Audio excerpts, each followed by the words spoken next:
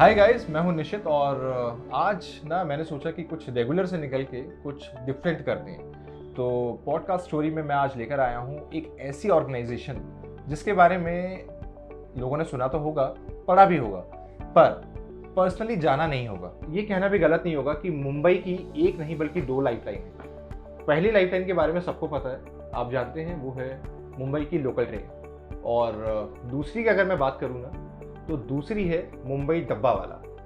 अब मुंबई डब्बा वाला आप सब जानते होंगे कि किस तरह से जो है आप लोगों की ज़िंदगी में अहम रोल अदा करता है। तो मेरे साथ 4th जनरेशन से रितेश हैं और रितेश हमें बताएंगे कि किस तरह से चैलेंजेस को फेस करते हुए अब डब्बे वाले जो हैं किस लेवल तक पहुंच गए। Ritesh, welcome to Flying bytes.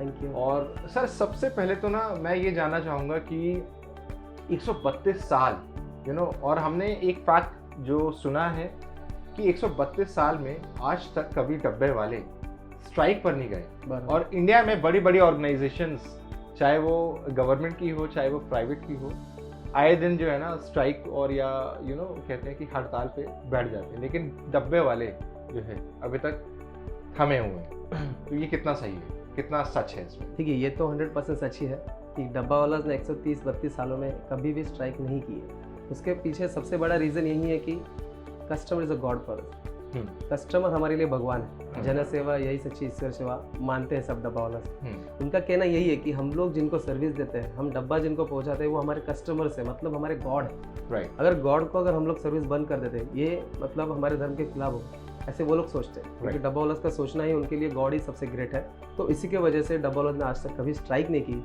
क्योंकि God will angry on me. अगर मेरे वजह से अगर कोई भूखा रहे तो ये मुझे अच्छा नहीं होगा, क्योंकि भगवान मुझे कभी माफ़ नहीं करेंगे। ऐसे डब्बा वालों की सोच है।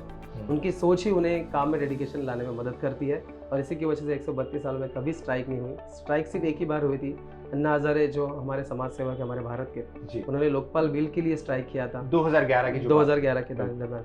तो वो भी स्ट्राइक हमने किया था, वो संडे के ही दिन था कि संडे के दिन डब्बा वालों का भी आपको सपोर्ट है या लोकपाल बिल आना चाहिए। इसी तौर पर हमारे डब्बा वालों ने स्ट्राइक की थी। और संडे के दिन, खास करके संडे के दिन, क्योंकि संडे के दिन हमारी सर्विस बंद होती है, टोटली हॉलीडेज होता है डब्बा वालों के लिए। तो हज़ारों की संख्या में डब्बा वालों वहाँ पर वो स्ट्राइक के लिए आए थे और उन्होंने अन्ना हजारे को सपोर्ट किया। तो इस तरह की स्ट्राइक एक बार हुई थी। मतलब अगर देखा जाए तो ऑपरेशन के टाइम मतलब सर्विस के दिन कभी स्ट्राइक नहीं हुई। जो डिलीवरी मॉडल हम लोग देखते आ रहे हैं 132 साल पहले, यानी कि हम कह सकते हैं कि उसकी नींव रखी जा चुकी थी। अब जो है उसका एक बेटर वर्जन, या कहें कि बहुत सारी कंपनीज जो हैं उसको अलग मॉडल पे जो है लेकर आ रही है, इसको कह सकते हैं हम। 1890s के टाइम मुंबई में पारसी लोगों का राज चलता था। मतलब वो ज़्यादातर ट्रेडिंग करते थे, वो लोग को सब अच्छे तौर पर मानते थे। राइट। तो हमारे फाउंडर महादेव जी बच्चे, उनके यहाँ पर एज ऑफिस बॉय वर्क करते थे।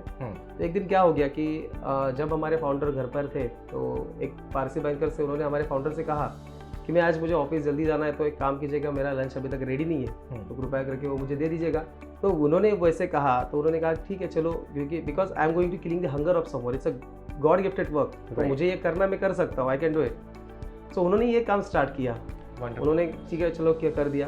तो शाम के टाइम वो तो वही रहते थे, तो वो बोले चलो मैं डब्बा भी साथ में ही लेके जाता हूँ। तो घर से उनके ऑफिस में डब्बा देना और ऑफिस में लंच होने के बाद वापस अपने साथ डब्बा घर पे लेके जाना, ये एक प्रकार के मतलब एक सिस्टम बन गया। तो उन्होंने डायरेक्टली हमारे फाउंडर से कहा कि सर एक काम कीजिए, आप ये स्टार्ट कीजिए, we can pay for you. तो सभी पारसी लोग जो थे वो अलग अलग लोकेशंस पे रहते थे, खास करके कुलाबा सिटीज़ में। राइट। तो वो अलग अलग लोकेशन से डब्बा अपने अपने घरों से ऑर्डर करने लगे। हमारे सब डब्बा वाला मतलब 1 से 10 हो गए, 10 से 100 हो गए, इस तरह से वो सर्विस स्टार्ट हो गई। 1890 में इसकी शुरुआत हो गई। एक या दो डब्बा वाला के साथ, एक दो कस्टमर के साथ इसे शुरुआत हो गई। और आज अगर आप देखोगे तो टोटली 5000 से ज़्यादा लोग इस सर्विस पे जुड़े हुए हैं। और ज़्यादा मतलब 2 लाख से ज़्यादा लोग इस सर्विस को अवेल करते हैं, मतलब सर्विस लेते हैं हमारे डब्बा वालों से।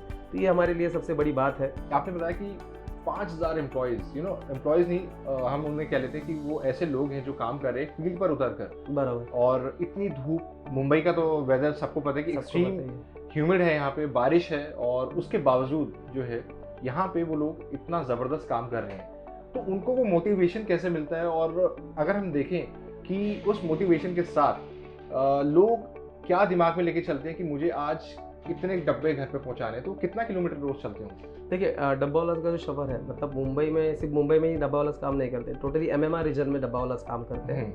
कल्याण, डोंबिवली, देन विरार, न्यू पनवेल, ऐसे बहुत सारे इलाकों को डब्बा वाला कवर करते हैं। उनका मानना यही है कि मुंबई का स्ट्रक्चर ही कुछ अलग है। एक जगह पर लोग काम करते हैं और रेसिडेंशियल अलग चीज़, मतलब लोग लोकल ट्रेन से ट्रैवल करते हैं। तो ये जो अगर ट्रैवलिंग आप देखोगे तो 70 से 80 किलोमीटर की डब्बा वाला की रोज की ट्रैवलिंग हो जाती है। 70-80 किलोमीटर रोज की, बाय लोकल ट्रेन और बाय बाइक और बाय बाइसाइकिल। Yes God. आज सुबह ना हम लोग मुंबई में बांद्रा वेस्ट हम लोग घूम रहे थे, तो हमें एक डब्बे वाले मिले जो है, और उनके साथ ना हमने कुछ मोमेंट्स जो है शेयर किए, और क्या ज़बरदस्त बारिश थी ना, अच्छे अच्छे घर बैठे हुए थे, लेकिन उनके उस वीडियो को जब आप देखेंगे ना तो आप कहेंगे यार this is a real hero. इतने सारे डब्बे उनके साथ थे, हमने उनसे एक मुलाकात की, और आप उनकी झलकियाँ जो है ना अब देखिए एक बार क्या हुआ, देखिए।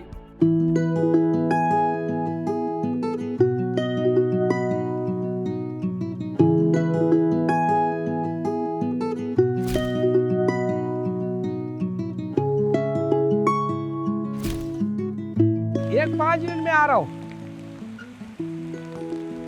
नहीं बारिश का टाइमिंग है, ट्रेन का थोड़ा प्रॉब्लम है ना मैडम, इसके लिए 2 दिन से ओके आ रहा हूँ वहाँ पे आ रहा हूँ। अच्छा ठीक है।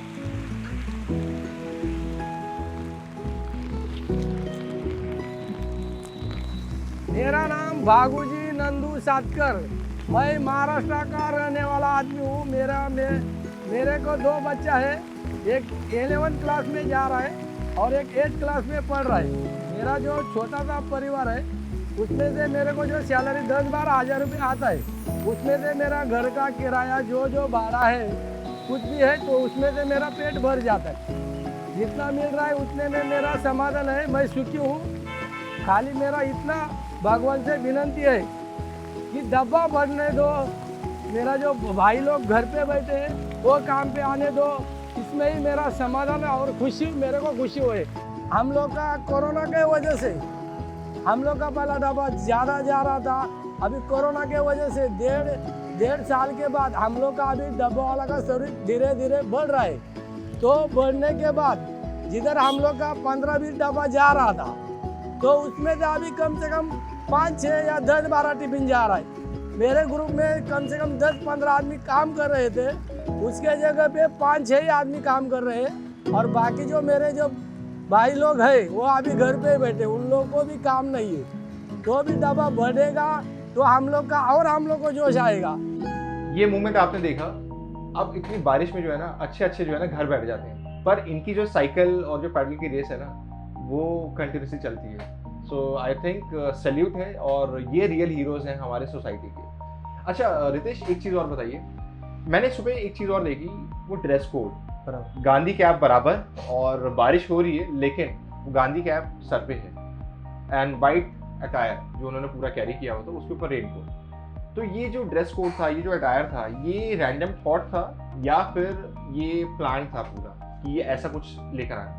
नहीं, ऐसे कोई प्लानिंग तो नहीं की थी, क्योंकि डब्बा वाला का एक अलग ड्रेस कोड होना चाहिए। वो टाइम ऐसे मतलब उनके दिमाग में बिजनेस आइडिया नहीं थी, बट एक अपॉर्चुनिटी मिली है तो हमें स्टार्ट करना है, लोग जुड़ गए।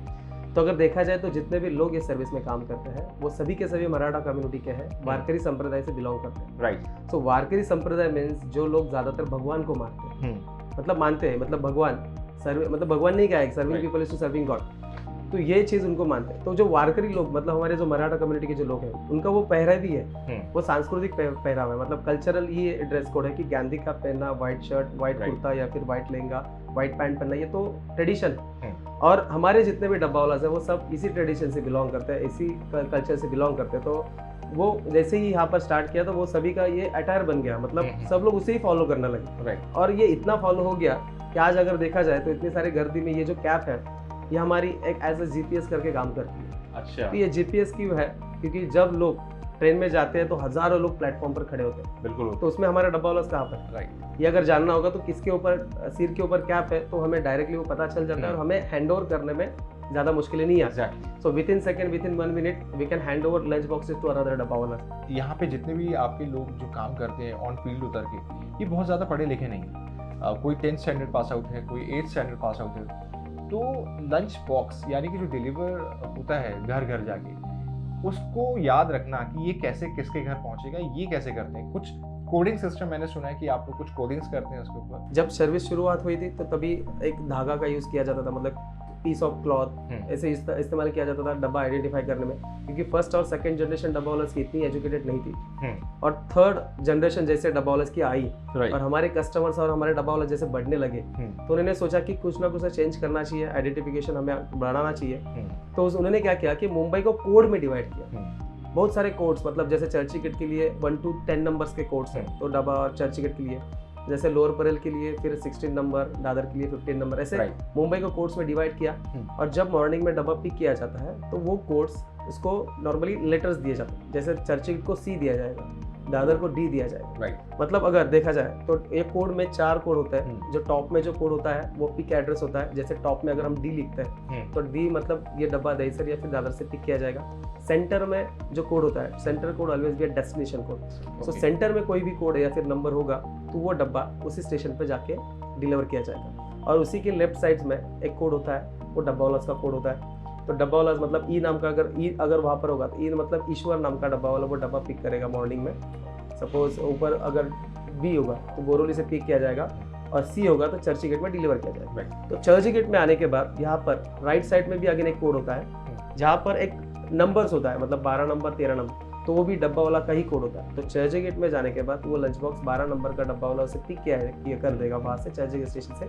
और उसी के आगे बिल्डिंग का नाम होता है EX, मतलब एक्सप्रेस टावर, अगर AI होगा तो एयर इंडिया टावर, ऐसे कुछ टावर का नाम होता है। फिर वो बिल्डिंग में जाने के बाद फिर यहाँ पर उसी के साइड में उसका फ्लोर कोड होता है, तो वो फ्लोर पे जाके डिलीवर किया जाएगा। तो ये कोडिंग सिस्टम, इसे 4 कोड है। नॉर्मली अगर देखा जाए 2 डाइस अगर हम लोग फेंकते हैं तो प्रोबेबली 36 प्रोबेबिलिटीज आती है, बट 4 कोड के साथ 2 लाख कोड नहीं बनाया जा सकते। तो उसी की वजह से डब्बा वाला नंबर्स का इस्तेमाल करते हैं, अल्फाबेट्स का इस्तेमाल करते हैं, लैंग्वेजेस का इस्तेमाल करते हैं, सरस्वती का साइन भी किया जाता है, अंडे का साइन भी यूज़ किया जाता है। मतलब ऐसे multiple science, multiple numbers, multiple language, multiple codes, ऐसे सभी को मिक्स करके कोडिंग सिस्टम जनरेट किया। तो एक इन हाउस कोडिंग सिस्टम आप लोगों ने ऑलरेडी बना रखा है? यस, हार्वर्ड ने जो रिसर्च की, Boston University, Harvard University, then Columbia, सभी मतलब वर्ल्ड में के 50% यूनिवर्सिटीज आज डब्बा वालर्स को फॉलो कर रही है। आज डब्बा वालर्स के लेसन बच्चों को पढ़ाए जाते हैं, तो उनको एक ही लेसन पढ़ाया जाता है कि डब्बा वालर्स का डेडिकेशन और टाइम मैनेजमेंट, ग्रुप एक्टिविटी, जो हर किसी में नहीं पाई जाती, जो डब्बा वालर्स में पाई जाती है। तो वो कैसे होता है, उसके पीछे वो डब्बा वालर्स का राज क्या है, उसके पीछे मतलब एक 2 एक्टिविटी यहाँ पर होती है, एक तो एक्सटर्नल अफेयरेंस है और एक इंटरनल अफेयरेंस। मतलब बिजनेस में 2 पार्ट होती है। एक्सटर्नली मतलब मार्केटिंग, एडवर्टाइजमेंट सब एक्सटर्नली आता है, बट इंटरनली जो ऑपरेशंस लेवल होते हैं, जो इंटरनल मैनेजमेंट होता है वो इंटरनली आता है। तो उसमें क्या होता है कि देखिए, इंटरनल मतलब खुद को अंदर से उस काम के लिए डेडिकेटेड करना, और एक्सटर्नली जो हम काम यूज़ करते हैं वो 100% करेक्ट होना चाहिए। अगर हम लोग आज डेडिकेटली काम कर रहे हैं बट टेक्नोलॉजी अगर 1920 की यूज़ करेंगे तो काम नहीं होगा। तो टेक्नोलॉजी भी एडवांस होनी चाहिए, आपका मन भी एडवांस होनी चाहिए, तभी आप जाके एक्सेम्बलरी परफॉर्मेंस दे सकते हैं। तो वही चीज़ आज उस कॉलेजेस में, उस हार्वर्ड यूनिवर्सिटी में पढ़ाए जाते हैं कि किस तरह से हमें बैलेंस करना चाहिए। ग्रुप एक्टिविटी मतलब ग्रुप का मंत्र डब्बा वालर्स के कैसे लेना चाहिए, टाइम का मंत्र डब्बा वालर्स के कैसे लेना चाहिए, ऐसा अलग अलग चीज़ें। और लॉजिस्टिक कंपनी तो डब्बा वालर्स को सबसे ज़्यादा फॉलो करती है कि विद इन 1 डे 2 डिलीवरीज करते हैं और एकदम मिनिमम कॉस्ट में। तो कॉस्ट कटिंग किस तरह से होनी चाहिए और कस्टमर रिलेशनशिप कैसे मैनेज करना चाहिए, देन सुपरवाइजर और उनके एम्प्लॉयज़ का कनेक्शन किस तरह से होना चाहिए, एम्प्लॉयज़ और उनके डायरेक्टर्स का कनेक्शन किस तरह से होना चाहिए, ये सारी चीज़ें आज उसके स्टडीज में पढ़ाई जाती है। Guinness book of world records में भी ना नाम दर्ज है मुंबई डब्बे वाला जो है, तो इसकी कहानी भी ना बहुत इंटरेस्टिंग है। ये समझते हैं रितेश से कि क्या वो रिकॉर्ड था, वो नाम क्यों आया। डब्बा वालर्स का नाम जैसे पूरे वर्ल्ड में होगा तो साजिक मतलब बोलते थे, मतलब ऐसे कुछ रिकॉर्ड्स कंपनीज तो आएंगे डब्बा वालर्स के पास। तो जब भी वो मुंबई में आए थे तो हमारे एक डब्बा वाला थे। नॉर्मली अगर देखा जाए तो एक जो हमारा वुडन कारकेट जो कैरेट होता है उसके अंदर तकरीबन एक 40 से 50 डब्बा हम लोग ऐड करके उसे सर पे रख के ट्रेन में ट्रैवल किया जाता है। वो अकेला बंदा लेके जाता है? अकेला बंदा लेके जाता है। तो वो विद इन 10 सेकेंड उनको ट्रेन में भी बोर्डिंग करना होता है। तो उसी बंदे ने ऐसे 40-50 डब्बास के साथ ऐसे 3 कैरेट एक के ऊपर एक ऐसे लिफ्ट किए थे, मतलब अपने सर पे उठाए थे। और वो लोग वो कम से कम मतलब थोड़ा चले थे, तो वही नाम का उनके ऊपर रिकॉर्ड दर्ज है। ऐसे लिम्का बुक में भी डब्बा वालर्स का नाम है। ऐसे बोलते हैं ना कि बहुत सारे कंपनीज ने डब्बावालास के ऊपर रिसर्च किया, स्टडी किया और फेलिसिट भी किया और डब्बावालास को सेलिब्रेट भी किया। कुछ ऐसे लोगों पे भी ना रिकॉर्ड बनने चाहिए जो ट्रेन से उतर ही नहीं पाते, जैसे मेरे जैसे लोग। वो क्या होता है ना कि मतलब ट्रेन आप चढ़ो और स्टेशन तो पहले आ जाता है लेकिन पता नहीं लगता उतरना कहाँ है, बराबर, धक्का देगा कोई और आप कहीं और पहुंचे होगे। तो ऐसे लोगों पे भी ना रिकॉर्ड्स जो है वो दर्ज होने चाहिए, जैसे हम लोग हैं। ब्रिटिश रॉयल्टी से प्रिंस चार्ल्स जो है वो जब इंडिया आए थे ना, तो स्पेशली डब्बे वालों से मिले थे। तो ये जान लेना भी ज़रूरी है कि वो क्यों मिले थे, वो क्या इवेंट था, उसके पीछे की कहानी क्या थी।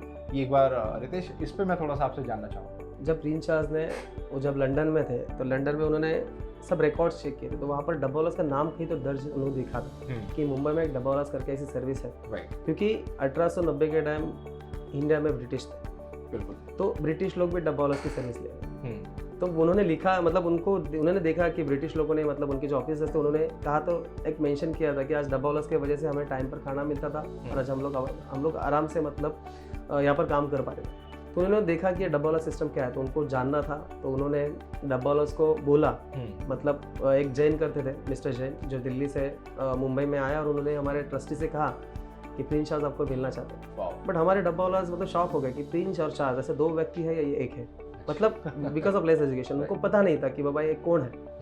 तो उन्होंने कहा कि he is a great king of London, बराबर ना। तो हमारे डब्बावालास ने कहा तो क्या हो गया, हमारे customer is a greater king, अगर उनको मिलना है तो उनको हमारे एक दिए हुए जगह पर आना होगा।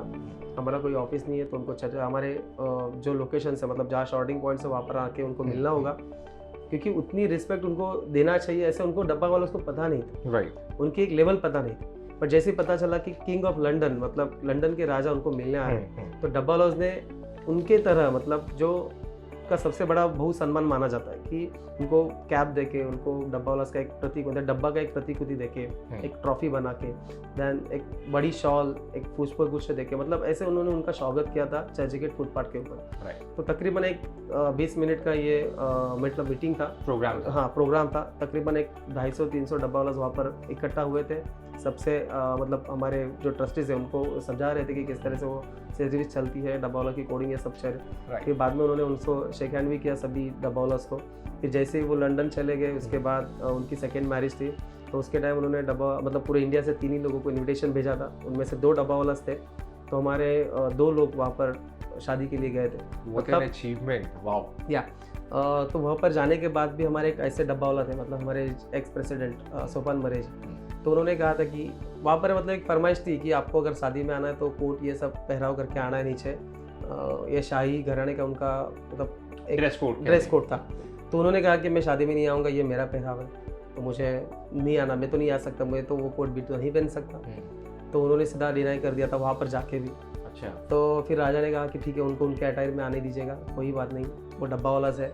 तो उन्होंने मतलब ऐसे उनकी बात हुई होगी, तो ऐसे मतलब इस तरह से एक रॉयल बोलते हैं ना, एक एक्सपीरियंस है हमारे डब्बावालास के पास, और उनके साथ एक अच्छे से नाता है रॉयल फैमिली के साथ। तो इस तरह से डब्बावालास को मेंटेन किया। मतलब प्रिंस चार्ल्स का मीटिंग डब्बावालास के साथ होना, मतलब 2005 के 4 के पहले अगर आप देखोगे तो डब्बावालास को ज़्यादातर लोग नहीं जानते, बट प्रिंस चार्ल्स की वजह से आज पूरा वर्ल्ड आज डब्बावालास को जानते हैं। सेंट्रलाइज किचन जो है, आप लोग कुछ ऐसा कॉन्सेप्ट एक लेकर आ रहे हैं, उसके बारे में थोड़ा सा हम जानना चाहेंगे। एक ये आखिरी सवाल है, तो इसका जवाब ले लेते हैं। सेंट्रलाइज किचन मतलब आज तक डब्बावालास में अगर आप देखोगे तो 132 सालों में सिर्फ डिलीवरी सर्विस अपने कस्टमर्स के लिए प्रोवाइड की थी। कस्टमर्स का कहना है कि आप अभी घर का खाना दो, क्योंकि मुंबई जिस तरह से बदल रही है, चेंज हो रही है, भविष्य में फ्यूचर में घर में वाइफ और हस्बैंड दोनों भी वर्किंग हो जाएंगे, तो उनको खाना कौन बनाएंगे? तो बाहर का खाना तो हम लोग को हजम नहीं होगा, जो टोटली मतलब ज़्यादा से ज़्यादा 2-3 दिन खा सकते हैं, उससे ज़्यादा हम लोग नहीं खा पाए। तो डब्बावालास का ऐसा कहना है कि हमें एक अच्छा आहार हमारे कस्टमर्स के लिए उपलब्ध करके देना चाहिए, होम कुक फूड, ताकि हमारे कस्टमर को भी अच्छा लगे। तो उसी का एक कंसेप्ट हम लोग डिज़ाइन करने जा रहे हैं। आज तक डब्बावालास ने सिर्फ डिलीवरी की, बट अभी खुद खाना बना के हमारे कस्टमर को वो सेल भी करेंगे, देंगे भी वेरी मिनिमम कॉस्ट में। तो हमारा कंसेप्ट विद इन कुछ दिनों में आ जाएगा, इसके ऊपर हमारी फिलहाल रिसर्च चल रही है। तो ये मतलब हमारा काम है कि हमारे आने वाले जनरेशन्स के लिए प्लेटफॉर्म खड़े करना। ये अगर सेंट्रलाइज अगर किचन अगर आप देखोगे तो ना ही मुंबई में चलेगा, मतलब मुंबई में होने के बाद इसे अलग अलग सिटीज़ में, अलग अलग कंट्रीज में इसको एक्सपांड किया जाएगा। मतलब ये डब्बावालास का थॉट्स है कि अभी मुंबई में सीमित ना होकर इसको पूरे वर्ल्ड तक लेके जाना।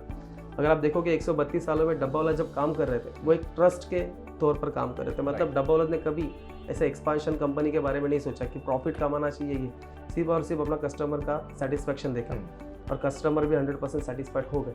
तो आज डब्बावालाज़ ऐसे डाइवर्सिफाई करने जा रहे हैं कि आज डब्बावालाज़ का कहना है कि ये हमारा जो कोर बिजनेस है, मतलब जो इम्पोर्टेंट है, जो हमारे मतलब पूर्वजों ने उसको संभाल के रखा, तो वो तो चलते ही रहेगा, बट इसके एडिशन में हमारे जो न्यू जनरेशन आएगी उनके लिए प्लेटफॉर्म खड़ा करके हम लोग डब्बावालाज़ को और भी एक्सपांड करेंगे। सो 132 साल हो गए ना, तो ट्रस्ट तो यही बन जाता है कि ये अभी तक बिल्कुल अटूट एक रिश्ता जो है ना पब्लिक और डब्बे वालों के बीच, वो अभी तक बिल्कुल स्ट्रॉन्ग है, जो है वो कनेक्शन जो है ना वो स्ट्रॉन्ग है। तो उम्मीद करता हूँ फ्लाइंग बाइट्स पर कि इस पॉडकास्ट पर रितेश हमारे साथ थे और आपने डब्बा वाला जो है पूरा हिस्ट्री और पूरा पास्ट प्रेजेंट सब जान लिया, और आई होप कि ये पॉडकास्ट आपको ज़रूर पसंद आएगा।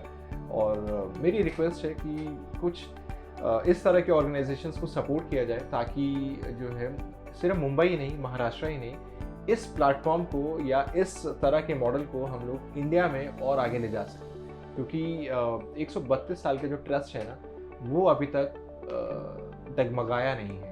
तो मेरे हिसाब से we should support to this kind of organisation.